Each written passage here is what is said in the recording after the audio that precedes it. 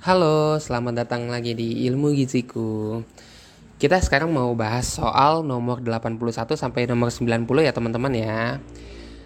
Di sini di pembahasan ini kita ingatkan lagi bahwa kita akan bacain soal dulu untuk teman-teman. Terus abis itu kita bacain pilihan jawabannya. Lalu teman-teman kalau bisa di pause atau langsung menjawab pertanyaan yang ditanyakan.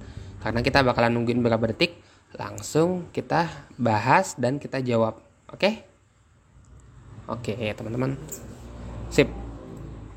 Soal nomor 81. Mineral makro kedua terbanyak dalam tubuh yaitu menyusun 1% dari berat tubuh orang dewasa. Selain pembentukan tulang dan gigi, mineral ini juga berperan dalam pembentukan nukleoprotein yang merupakan penyusun nukleus dari sel dan berfungsi dalam proses pembelahan sel. Reproduksi dan pemindahan ciri-ciri yang turun-temurun. Maka mineral yang dimaksud adalah fosfor, sulfur, kalsium, zat besi, atau vitamin C.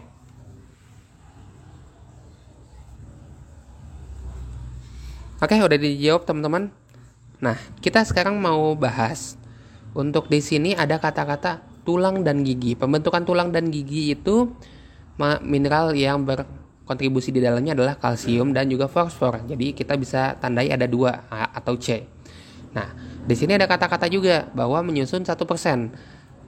Dan juga dia berperan pada pembelahan sel, reproduksi, dan pemindahan ciri-ciri turun-temurun.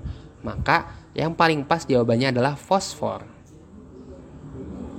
Oke, langsung lanjut nomor 82. Andi mengalami alergi jika ia mengkonsumsi telur dan juga ikan. Alergi erat kaitannya dengan antibodi di dalam tubuh seseorang. Terdapat 5 jenis antibodi. Antibodi yang berperan dalam peristiwa alergi serta membantu melawan infeksi cacing merupakan antibodi atau imunoglobulin M, G, A, E, D. Megait.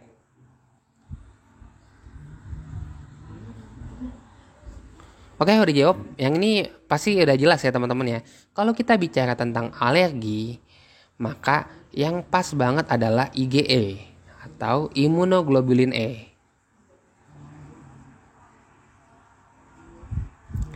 Oke, lanjut langsung nomor 83. Perhatikan pernyataan berikut. Penyakit tuberkulosis paru terjadi karena masuknya mikrobakteri tuberkulosis pada individu yang kurang gizi. Sedangkan pada individu yang status gizinya baik, mikrobakteri tersebut tidak mampu menyebabkan tuberkulosis paru. Pada pernyataan tersebut yang menjadi variabel bebas yaitu kejadian tuberkulosis, status gizi, berat badan, mikrobakteri tuberkulosisnya, atau sakit.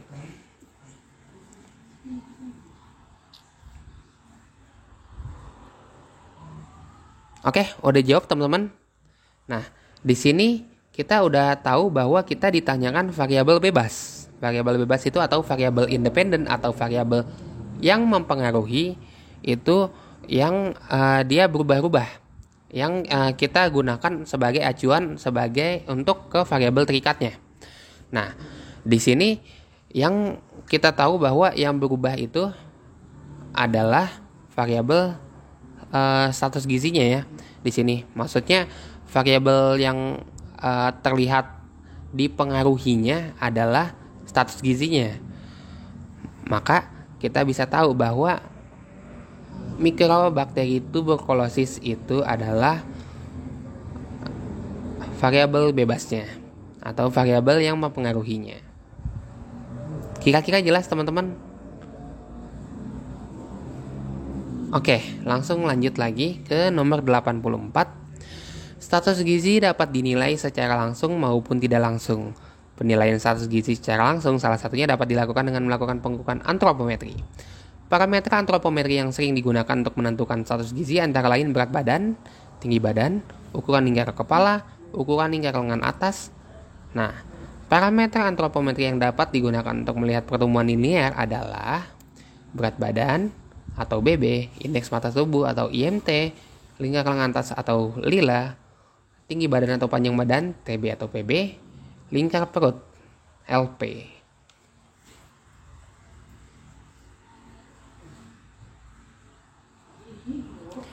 Oke, udah jawab teman-teman.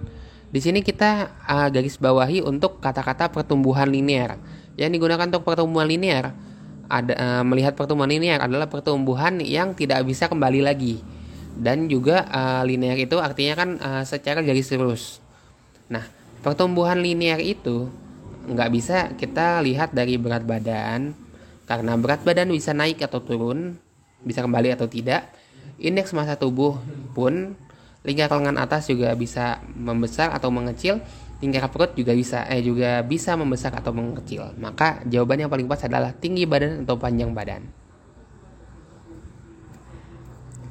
Oke, soal selanjutnya teman-teman, indeks yang digunakan untuk menilai anak dengan berat badan kurang atau underweight atau sangat kurang atau severely underweight, tetapi tidak dapat digunakan untuk mengklasifikasikan anak gemuk atau sangat gemuk, yaitu BB per U, TB per U, IMT per U, BB per PB, IMT.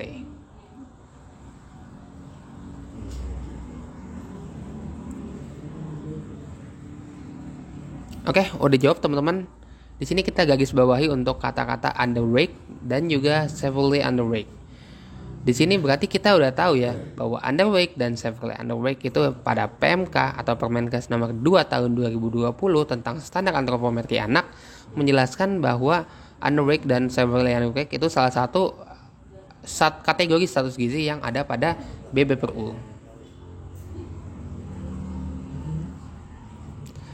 Pertanyaan selanjutnya nomor 86. Indeks yang dapat mengidentifikasikan anak yang pendek atau standard atau sangat pendek severely standard yang disebabkan oleh gizi kurang dalam waktu lama atau sering sakit, yaitu BB per U, TB per U, IMT per U, BB per PB, dan IMT.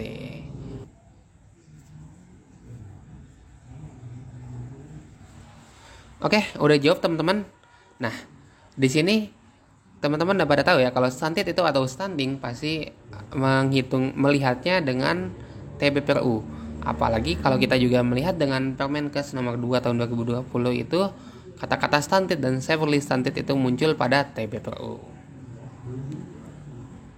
Oke. Lanjut teman-teman, nomor 87. Indeks yang dapat menggambarkan apakah berat badan anak sesuai terhadap pertumbuhan panjang atau tinggi badannya. Indeks ini dapat digunakan untuk mengidentifikasi anak gizi kurang atau wasted, gizi buruk atau severely wasted, serta anak memiliki resiko gizi lebih, possible risk of overweight, BB per U, yaitu BB per U, TB per U, IMT per U, BB per PB, dan IMT.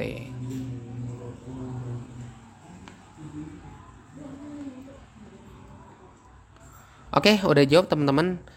Di sini kata-kata yang tadi sudah jelaskan ada BB per U. Sebelumnya lagi ada TB per U. Soal selanjutnya kemungkinan adalah IMT per U atau BB per PB. Nah, untuk IMT per U itu pasti nggak mungkin kata-katanya wasted atau severely wasted. Tapi kalau BB per PB itu katanya pasti severely wasted atau wasted. Jadi BB per PB jawabannya. Nomor 88 teman-teman. Tuan X berusia 56 tahun masuk rumah sakit dengan diagnosis mengalami gout artritis dengan kadar asam urat 8,5 mg per desiliter. Berikut ini manakah bahan makan yang sebaiknya dihindari pada kasus tersebut? Daging sapi dan ikan, nasi ubi dan singkong, susu keju dan telur, otak hati dan jeroan, agar acar dan kurma.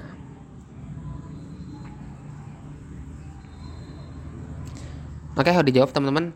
Di sini kita garis bawahi kata-kata dihindari. Karena kata-katanya dihindari dan ini penyakitnya gout, maka yang lebih pas adalah otak, hati, dan jeroan. Kenapa? Karena otak, hati, dan jeroan itu adalah makanan tinggi asam urat atau makanan tinggi purin. Makanan tinggi purin yang dapat meningkatkan kadar asam urat pada dalam tubuh.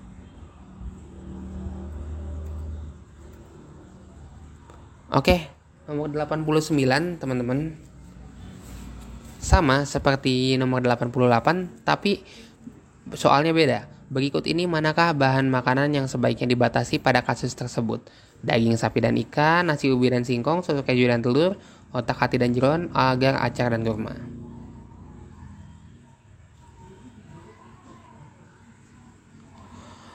Nah, teman-teman, kita garis bawahi lagi untuk soalnya dibatasi. Sekarang dibatasi, bukan dihindari, teman-teman. Maka jangan sampai terkecoh oleh soal. Kalau soalnya dibatasi artinya makanan tinggi purin selanjutnya yang kadar purinnya lebih rendah daripada jeroan tadi adalah daging, sapi, dan ikan.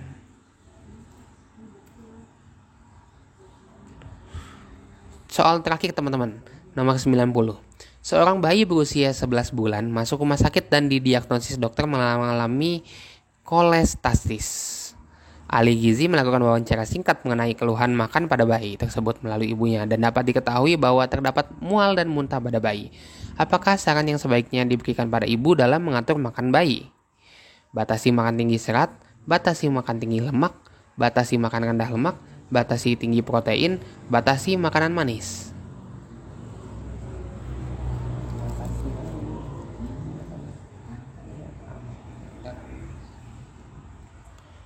Oke, teman-teman, di sini kita udah bisa menggarisbawahi untuk penyakit kolestatis, di mana kolestatis ini dia menggunakan syarat diet yaitu makan yang makan yang rendah lemak, maka harus dibatasi makanan tinggi lemak. Oke, udah jelas ya teman-teman ya untuk semuanya. Di sini kita sudahi. Untuk kalau teman-teman mau belajar soal-soal UKOM, soal gizi yang lebih banyak lagi, kalian bisa beli bukunya Bang Gizi soal dan pembahasan di Shopee atau Tokopedia kami di Nutrinatur ID ya. Tinggal DM aja atau tinggal komen aja di sini kalau misalnya mau minta link dari tokonya. Oke. Kalau ada yang kurang jelas, ada yang ingin ditanyakan, bisa juga langsung komen di bawah. Dan jangan lupa like, subscribe, serta aktifin kolom loncengnya. Agar kalau ada updatean soal lagi, kalian bisa langsung tahu. Oke? Terima kasih. Tetap jaga kesehatan, tetap jaga pola gizi seimbang karena sehat itu mulai dari gizi. Bye-bye.